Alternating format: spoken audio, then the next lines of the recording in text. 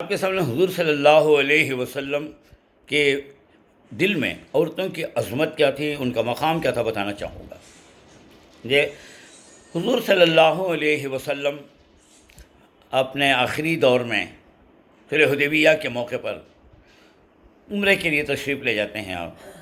آپ کے ساتھ صحابہ کرام بھی پورے احرام کی حالت، یہاں سے احرام مدینے کا جہاں سے میقات تھے نا جی، وہ جگہ پر بن لیے، نکل گئے۔ جب مکے والوں کو معلوم ہوا کہ آپ آ رہے ہیں عمرے کے لیے تو روک ڈالے بیچ میں، ہماری اجازت کے بغیر کیسے ہمارے شہر میں آ سکتے ہیں آپ؟ حالانکہ مکہ انٹرنیشنل سٹی تھا اور ہے بھی، تو بہرحال اس وقت کون بھی اجازت لے کر نہیں آتے تھے، مگر چونکہ مسلمان یہ جو ہے صحابہ کرام ہجرت کر کے ادھر آ گئے تھے تو لہٰذا گویا وطن چھوڑ ڈالے تھے، تو پھر وطن کو واپس آ رہی تو ہم نے پرمیشن لینا۔ بہرحال اس وقت گئے، روک دیے گئے، صلح نامہ تیار ہوا حضور صلی اللہ علیہ وسلم کے اور مکے کے لوگوں کے درمیان، سرداروں کے درمیان، کہ اس سال تو نہیں کرنے دیں گے ہمیں، یہ ہماری پریسٹیج ہے، آئندہ سے الاؤ کرتی، 3 دن رہو، ہمیں چھوڑ کر یہاں سے دور چلے جاتی ہیں، کیونکہ آمنا سامنا نہیں ہونا، چپ کے طبی جذبات بھڑکنا۔ 3 دن کے بعد اپنا عمرہ کر لو کہ چلے جاؤ مدینے میں، طے ہوگا، سرکار سین بھی کر ڈالے ہوگا۔ اب صحابہ سے کہ بھئی احرام کھول ڈالو، اس سال ہمیں نہیں کر رہی ہیں، تو لہٰذا صحابہ کو اعلان کیا، مگر کون بھی مان رہی نہیں، نافرمانی کرنے کے لیے سے نہیں، یا حضور سے بڑے سمجھ کو نہیں، حضور سے ضد لاڑ پیار کہ حضور اپنا ارادہ بالکل کچھ اور ریکویسٹ کر لیں گے کہ 3 دن آئندہ دیری نہ، وہ آج آدھا دن 1 دن دے آلو، خالی عمرہ کے لیے سچ نکل جاتی ہیں۔ مگر حضور سین کر ڈالے، وعدے کو نبھانا ضروری ہے، تو اس لیے حضور بولے نہیں ہوگا ایک ٹائم ختم۔ بہرحال کیا کرنا، پریشانی میں صحابہ کھول رہی نہیں، مان رہی نہیں، تو گھر گئے۔ اس وقت ام سلمہ رضی اللہ عنہا تھیں آپ کے ازواج مطہرات میں سے ایک زوجہ، انہوں نے حضور کی پریشانی دیکھ کر کہا، حضور سو سنار کی ایک لوہار کی، آپ ایک کام کرو، تا بولنے کی بجائے ایک اونچی ایسی جگہ پر جہاں سارے صحابہ پر کی نظر آپ پر پڑتی ہو، اسی جگہ کھڑے کر آپ سر مڑا ڈالو اور یہ احرام کھول ڈالو۔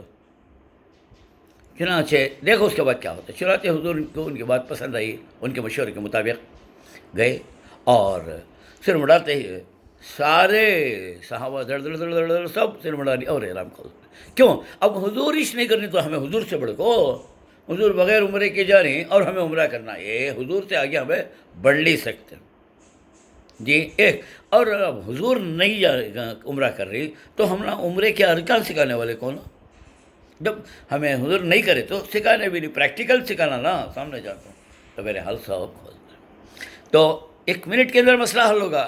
اس کا ذریعہ کون بنی؟ ازواج مطہرات میں سے ایک بیویہ۔ تو عورتوں کے اندر جو ہے وہ اللہ تعالیٰ نبا دیتا ہے، اسی بات سے کہتا ہے شاوروا بالامر، ہر کام مشورے سے کرو، گھر کا کام اپنے بیوی بچوں سے مشورہ، دکان کا کام دکان کے نوکران چاکروں سے، اسٹاف سے مشورہ جی، یا پھر امت کا معاملہ ہے تو امت کے بڑے ادمیاں ہیں ان سے مشورہ کرو۔ جو آدمی مشورہ کرتا ہے کبھی انہیں نقصان نہیں اٹھاتا، ٹھوکر نہیں کھاتا۔ اللہ کا حکم بھی ہے شاوروا بالامر، معاملات میں مشورہ کرو، جو جس سے کنیکشن ہے یا کنسرن پارٹی ہے اس سے مشورہ کرو۔ وَإِذَا عَزَمْتَ فَتَوَكَّلْ عَلَى اللَّهِ، لیکن یہ بھی ایک یاد رکھ لو، مشورہ کرنے کے بعد میجورٹی کی طرح ادھر جانا ضروری نہیں ہے۔ اللہ بولتا ہے جب آپ کو یقین ہو جائے تو آپ اپنے رائے پر عمل کرو، چاہے سب میں ایک طرف ہوں، کیونکہ تو مشورے کا مطلب کیا؟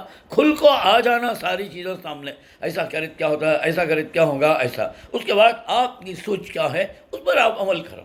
تو عورتوں کو ہمیں یہ سمجھنا، کھانا پکانے کے واسطے ہی تو، کپڑے دھونے کے واسطے ہی تو، شوہر کے خالی خدمت کے واسطے ہی یہ بھی کرتی، لیکن ان کا مقصد خالی یہ تاش نہیں ہے، آپ کے آدھا دین ہے وہ، آپ کو ساحرات پر لانے والی عورت ہوتی ہے. من تزوج فقد استکمل نصف الدین فلیتق اللہ فی النصف الباقی. حضور فرماتے ہیں کہ جو آدمی شادی کرے اس نے اپنا آدھا دین مکمل کر لیا، باقی آدھے دین کے لیے خدا سے ڈرتا رہے.